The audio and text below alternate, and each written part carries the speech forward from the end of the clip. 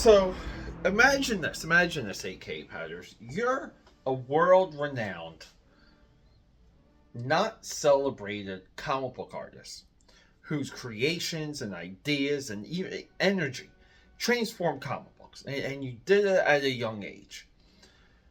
And then you never quite get back to where you were. Now, if we were talking rock music, if we were talking metal, rock and roll, music, there's a lot of names. Even on the pop side, even on the country side, there's a lot of names we can fill in those brackets. And we would say one hit wonder. And every time that person would come up in the media, we would say, one hit wonder, they're back talking. Wow, they're on that reality show. Wow, they're here, they're there. They're doing all of these things, trying to stay relevant. But they're not relevant because we can look at their contemporaries. And the contemporaries continue to thrive. Now, the contemporaries may not be changing the world and changing media and culture the way that they did equally, but they stay relevant. This is Rob Liefeld. And for some reason, we don't look at Rob Liefeld's career the same way we would look down on a lot of one-hit wonders. We do look down on one-hit wonders, but we have to be honest about that. Rob Liefeld has recently trashed Marvel Comics.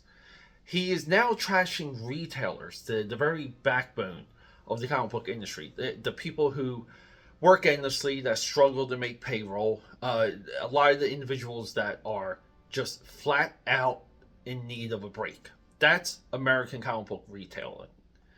Rob Liefeld likes to say that they're not trustworthy. He cannot trust them with his material. So he goes to Whatnot and does Whatnot. Who knows? He sells a couple thousand here and there. Now, keep in mind, a lot of these guys are speculators. He has a little bit of a core base. But we all know some of these people are buying 10, 20, 30 issues a piece.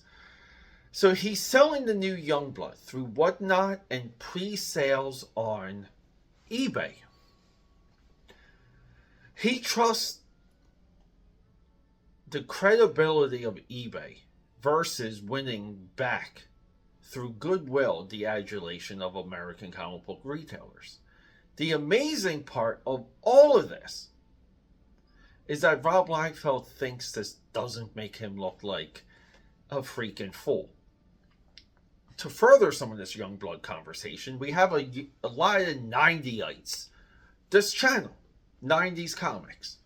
But we have a lot of these people glazing the idea of Rob Liefeld touching YOUNGBLOOD ever again is a good idea. Keep in mind, his most current Whatnot, Bloodsport, The Bloodening, whatever it is, through his podcasts and through his Whatnots, he's claimed that this is his end for the Extreme Universe characters. He wants to end it himself. I think that's a commendable position. So he does that. And he sells like 2 issues or something. Issue 2 is way late. Rob Liefeld trope there. But then he reverses that and comes back out with, I think, a YOUNGBLOOD Volume 6 or Volume 7, number 1 at this point. Why do we feel that this is anything other than a single issue drop? He has reverted his career to really cool, really nice ideas that he himself wants to participate in no more than 22, 24 issues. And then he'll hand it off to someone else. I don't know. I think this is, it's such a joke. It's such a fallacy.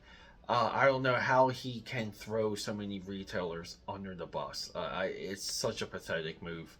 What do you guys think?